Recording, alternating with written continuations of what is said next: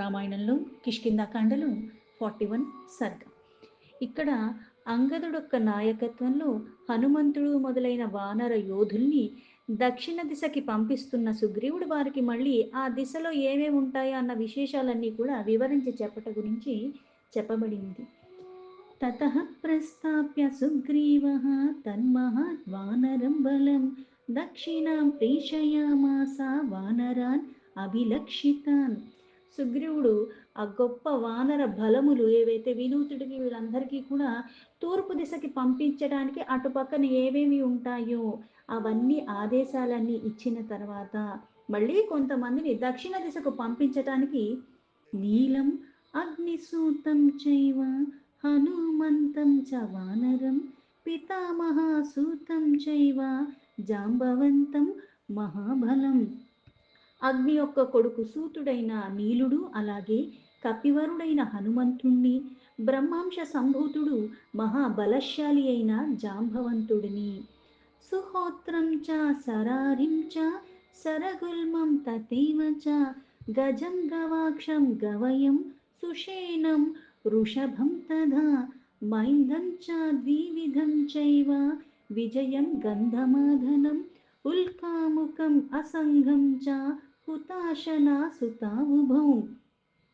సుహోత్రుడు, శరారి, శరగుల్ముడు, గజుడు, గవాక్షుడు, గవయుడు, సుషేణుడు, వృషభుడు, మైంధుడు, ద్వివిధుడు, అలాగే విజయుడు, గంధమాధనుడు, హుతాసన సూతులైన ఉల్కాముకుడు, అసంగుడు, ఇటువంటి వాళ్ళందరినీ కూడా అటుపైకి పంపించడానికి ఈ వానర యోధులందరినీ కూడా ఎంపిక చేసి అంగద ప్రముఖాన్ వీరాన్ వీరః కపిగణీశ్వరః వేగ విక్రమ సంపన్నాన్ సంధిదేశ విశేషవిత్.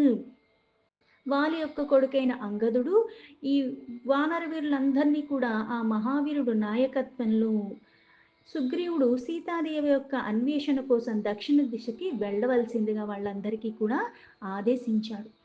తేషాం అగ్రేసరం చైవ మహద్బలమధాంగదం విధాయ హరివీరానాం ఆదిశత్ దక్షిణాం దిశం.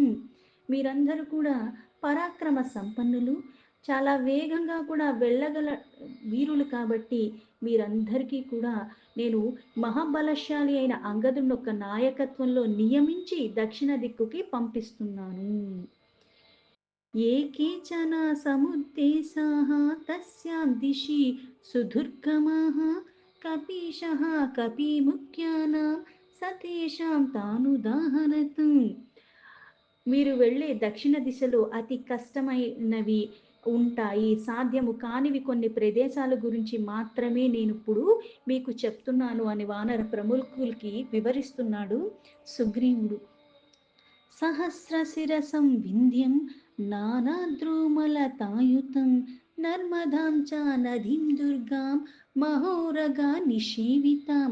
ఓ వానర వీరుల్లారా, సీతాదేవి అన్వేషణ కోసం మీరు వెళ్ళే దిక్కుకి వింధ్య పర్వతాలు అక్కడి నుంచి మొదలవుతుంది. ఆ గిరి పైన శిఖరాలతో ఎన్నో రకాల వృక్షాలతో లతలతో విలసిల్లుతూ ఉంటుంది. తతో గోదావరిం రమ్యాం కృష్ణవేణిం మహానదీం వరదం చ మహాభాగాం మహోరగా నిషేవితాం. అక్కడి నుంచి కదిలిన తర్వాత నర్మదా నది అన్నది వస్తుంది. మహా విషసర్పాలకి నెలవై ఉన్నది. దాన్ని దాటడం అంత సులభం కాదు. ఇది దాటిన తర్వాత చాలా రమ్యములైన గోదావరి, మహానది, కృష్ణవేణి, వరద, పెద్ద పెద్ద పాములతో ఆశ్రయంగా ఉంటుంది. అందుకే ఆ నదీ తీరాల్ని కూడా మీరు సీత కోసం వెతకాలి. మేఖలాం ఉత్కలాం చైవ దశార్ణ గరాణ్యపి అశ్వంతిం అవంతిం చ సర్వమేనావుపశ్యతి. మేఖల, ఉత్కల, దశార్ణ దేశాలు కూడా నగరాలంతా కూడా అలానే అశ్వవంతి, అవంతి ఈ పురముల్లో కూడా సీతాదేవి కోసం మీరు వెతకాలి. విదర్భాన్ ఋషికాంశ్చైవ రమ్యాన్ మోహిషకానపి తథా వంగాన్ కళింగాశ్చ కౌశికాశ్చ సమంతతః. మనోహరములైన విదర్భ, వృషిక, మహిషక, వంగ, కళింగ, కౌశిక మొదలైన దేశాలన్నిటిలో కూడా అక్కడున్న వివిధమైన ప్రాంతాల్లో కూడా బాగా సీతాదేవి కోసం మీరు అన్వేషించాలి. అన్వీక్ష దండకారణ్యం సపర్వతా నదీగుహాం నదీం గోదావరిం చైవ సర్వమేనావుపశ్యత తదైవ నాంద్రశ్చ పుండ్రాశ్చ చోళాన్ పాండ్యాన్ సకీరణాన్. దీని తర్వాత దండకారణ్యంలో ఆ పర్వత ప్రాంతాలంతా కూడా వెతకాలి. నదీ తీరాల్లో అక్కడుండే గుహల్లో గోదావరి నది యొక్క పాయలు అన్ని ప్రదేశాల్లో కూడా బాగా చక్కగా పరిశీలించి వెతకాలి. అలాగే ఆంధ్ర, పుండ్ర, చోళ, పాండ్య, కేరళ ఈ దేశాలన్నిటిలో కూడా అక్కడ ఉన్న అన్ని భాగాలలో కూడా సీతాదేవి కోసం మీరు అన్వేషించాలి. అయోముఖశ్చ గంతవ్యః పర్వతో ధాతుమండితः విచిత్రశిఖరः శ్రీమాన్ చిత్రపుష్పితకాననः సచందనవనోద్దేశో మార్గితవ్యో మహాగిరిః. ఎన్నో రకాల గైరకాది ధాతువులతో విలసిల్లుతూ చాలా శోభాయమానంగా ఉన్న మలయ పర్వతాలు మాత్రము తప్పక వెతకాలి. ఆ గిరి యొక్క శిఖరాల్లో చాలా చిత్ర విచిత్రంలాగా ఉంటాయి. అందుకే అక్కడంతా కూడా ఆ వనములన్నీ కూడా పైగా రంగురంగుల పువ్వులతో చాలా దర్శనీయంగా ఉంటుంది. ఆ మహాగిరి పైన చందన వృక్షాలు లెక్క పెట్టలేనన్ని ఉంటాయి.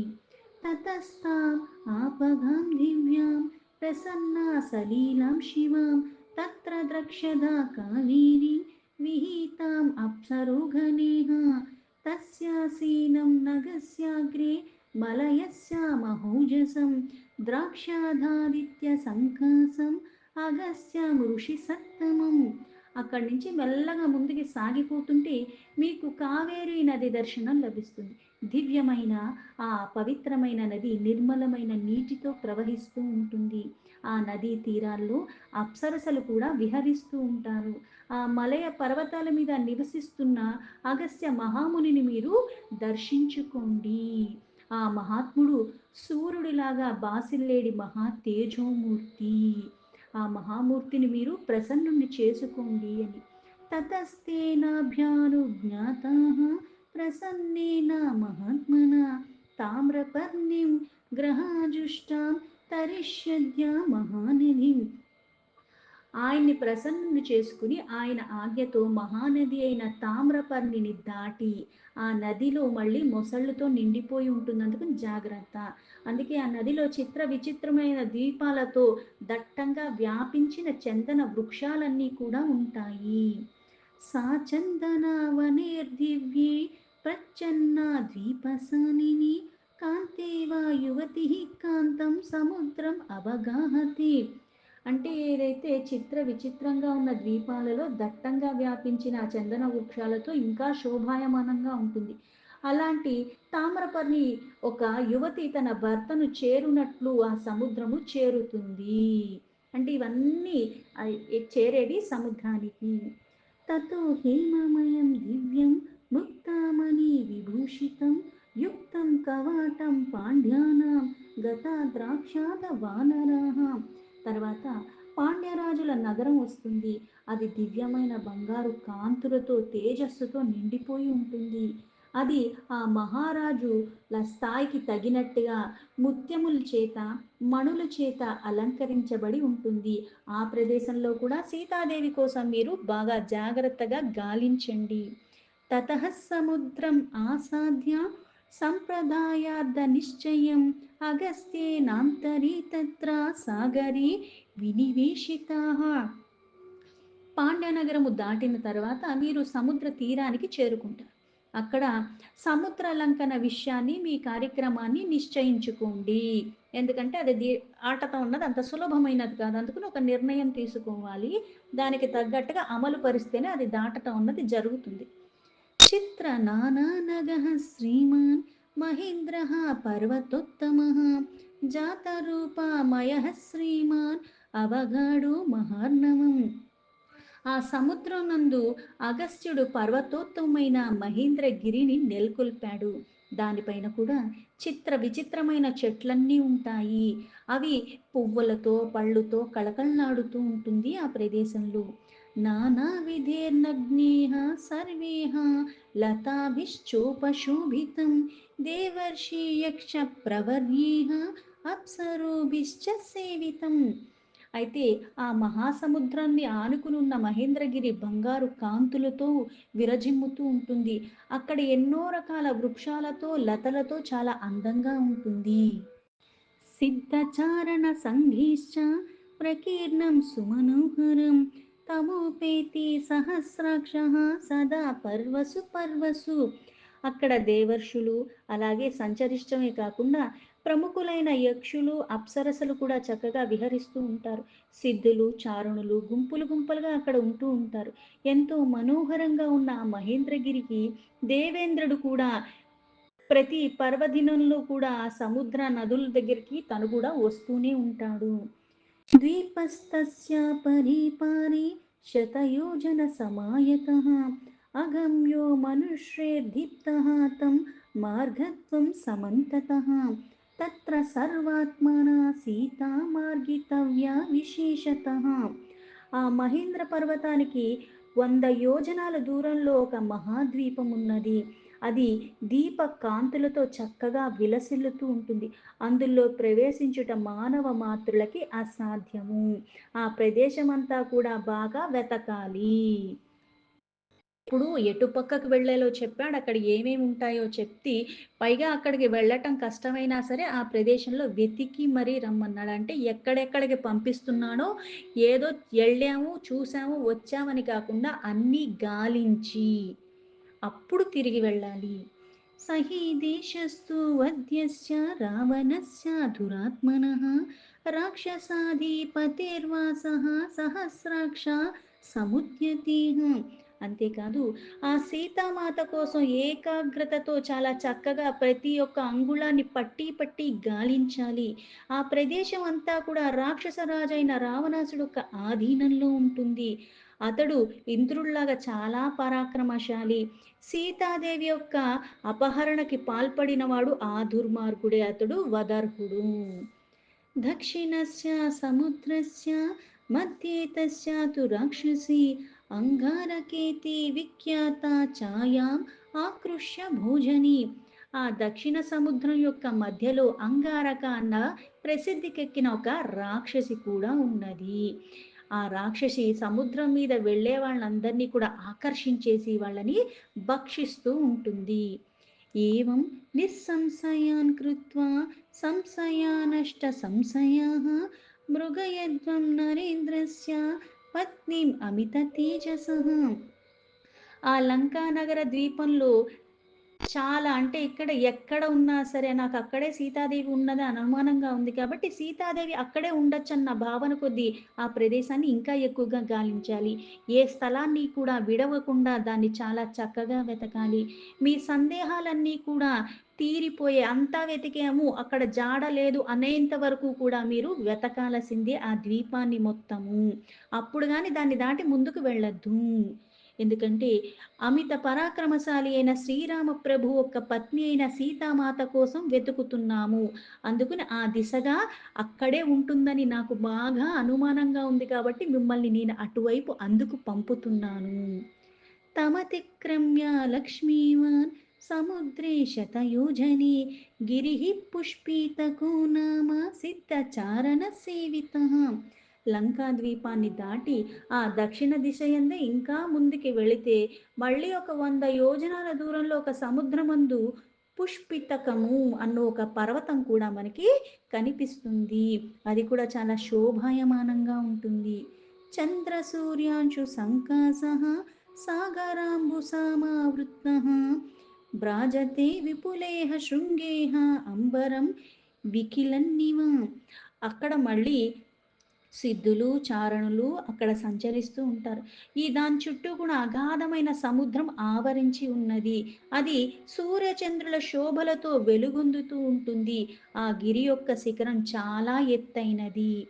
తస్యేకం కాంచనం శృంగం సేవతేయం దివాకరః శ్వేతం రాజతమేకం చ సేవతేయం నిశాకరः నతం కృత్యజ్ఞః పశ్యంతి నామృశంసానా నాస్తికాः ప్రణమ్య శిరసా శైలం తం విమార్గత వానరాः. ఆకాశం తాకుతుందేమో అన్నట్టుగా కనిపిస్తుంది ఆ పర్వతం యొక్క శిఖరము. ఆ పుష్పితక అన్న పర్వతం యొక్క ఒక బంగారు శిఖరము సూర్యుడు తన కిరణాలతో ఇంకా ఎక్కువగా ప్రకాశింపచేస్తూ ఉంటాడు. ఒక వెండి శిఖరంపై చంద్రుడు తన వెన్నెల కాంతిని ప్రసరింపచేస్తే ఎలా ఉంటుందో, అలాగా ఆ పర్వతము ఇంకా అంటే క్రూరులకు, నాస్తికులకు అది కనపడదు. కృతజ్ఞులకి అంతకన్నా కనపడదు. అందుకే ఓ వానరోత్తములారా, ముందుగా ఆ శైలానికి నమస్కరించిన తర్వాతే మీరంతా కూడా అటువైపుగా అన్వేషించాలి. తమతిక్రమ్య దుర్దర్శాः సూర్యవాన్నామ పర్వతः అధ్వనా దుర్విగాహేన యోజనాని చతుర్దశ. తిరుగులేని పరాక్రమశాలులైన ఓ వానరులారా, ఆ పుష్పితక పర్వతాన్ని దాటిన తర్వాత 14 యోజనములు దూరంలో సూర్యవంతము అన్న ఒక శైలం వస్తుంది. దానికి వెళ్ళవలసిన మార్గం చాలా కష్టమైనది. తతస్తమప్యతిక్రమ్య వైద్యుతో నామ పర్వతః సర్వకామఫలైర్వృక్షైః సర్వకాల మనోహరైః. ఆ సూర్యవంత గిరి నుంచి దాటిన తర్వాత వైద్యుతము అన్న పర్వతం వస్తుంది. అక్కడ కూడా వృక్షాలు అన్ని కాలాల్లో కూడా పువ్వులతో చక్కగా ఉంటాయి, మనోహరంగా ఉంటాయి. తత్ర భుక్త వరార్వాణి మూలాని చ ఫలాని చ మధుని పీత్వా ముఖ్యాని పరం గచ్చద వానరః. అంతేకాకుండా అందరికీ కూడా అభిరుచుల్ని తీర్చగలిగిన ఎన్నో రకాల పళ్ళు అక్కడ అన్నీ ఉంటాయి. ఆ చెట్లకి ఎప్పుడూ నిండుగా ఉంటాయి అన్ని కాలాల్లో. ఓ వానరోత్తములారా, అక్కడ రుచికరమైన కందమూల ఫలాలు అన్నీ ఆరగించండి. మేలైన మధువుల్ని కూడా సేవించి సావధానంగా మళ్ళీ సీతాదేవి కోసం మీరు వెతకండి. తత్ర నేత్ర మనః కాంతః కుంజరో నామ పర్వతః అగస్య భవనం యత్ర నిర్మితం విశ్వకర్మణ తత్ర యోజన విస్తారం ఉచ్ఛ్రితం దశయోజనం శరణం కాంచనం దివ్యం నానారత్న విభూషితం. అక్కడి నుంచి మీరు ముందుకు వెళితే కుంజరం అన్న పర్వతం చేరుకుంటారు. అది కన్నులకి విందుగా ఉంటుంది. ఆ గిరి మీద అగస్త్య మహామునికై విశ్వకర్మ నిర్మించిన భవనం కూడా ఉంది. అది మళ్ళీ ఒక యోజనం మేరకు విస్తరించి 10 యోజనాల ఎత్తుతో ఉంటుంది. దివ్యమైన ఆ బంగారు భవనం మీద ఎన్నో రకాల రత్నాలు విరజిల్లుతూ ఉంటాయి. తత్ర భోగవతీ నామ సర్పానాం ఆలయః పురీ విశాలకక్ష్యా దుర్ధర్షా సర్వతః పరిరక్షితా రక్షితా పన్నగైర్ఘోరైః తీక్ష్ణదంష్ట్రైర్మహావిష్యైః సర్పరాజో మహాప్రాజ్ఞో యస్యాం వసతి వాసుకీః. కుంజర పర్వతం నుంచి ఇంకా ముందుకు వెళ్ళిపోతే భోగవతి అన్న పురం కనపడుతుంది. అది సర్పాలకి నిలయము. అందులో మళ్ళీ చాలా కక్షలు విశాలమైనవి. అది అన్ని వైపులా కూడా పరిరక్షించబడుతుంది కావున అందు ప్రవేశించడం అన్నది కూడా మళ్ళీ అంత సులభం కాదు, పైగా అసాధ్యము. చాలా పదునైన కొరలు గల భయంకరమైన విషసర్పాలు ఆ భోగావతి పురాన్ని రక్షిస్తూ ఉన్నాయి. నిర్యాయ మార్గితవ్యా చాసా చ భోగవతి పురి తత్ర చానంతరాదేశ ఏ కేచన సుసంవృతాః.